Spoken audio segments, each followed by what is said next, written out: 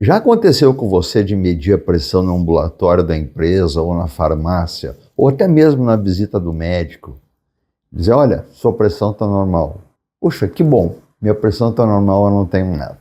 Será que é isso mesmo? Meu nome é Cídio Perin, sou cardiologista, especializado em arritmias cardíacas, e vamos conversar hoje um pouco sobre o que é a pressão normal.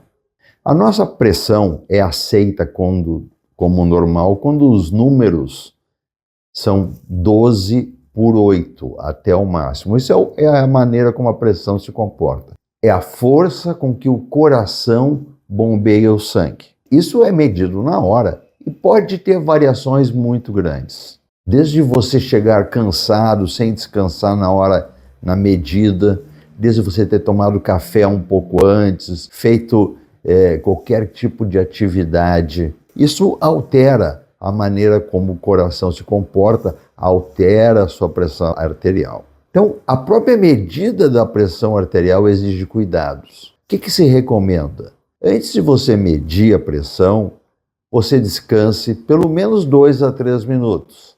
Pare, calma, e só depois meça a pressão. Isso faz com que aquela medida de pressão seja realmente válida.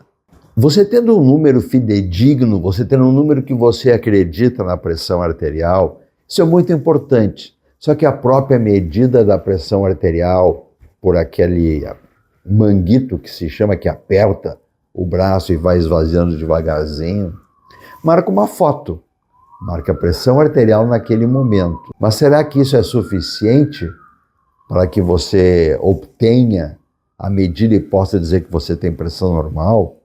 Às vezes não.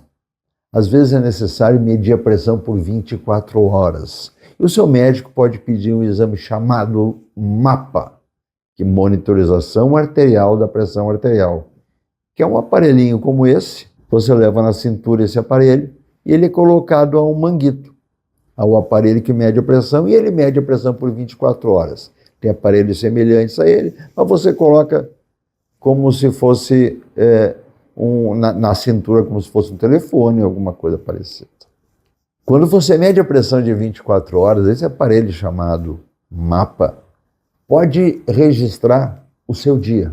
Vai registrar sua pressão durante o sono, vai registrar sua pressão durante a sua atividade física, quando você dirige.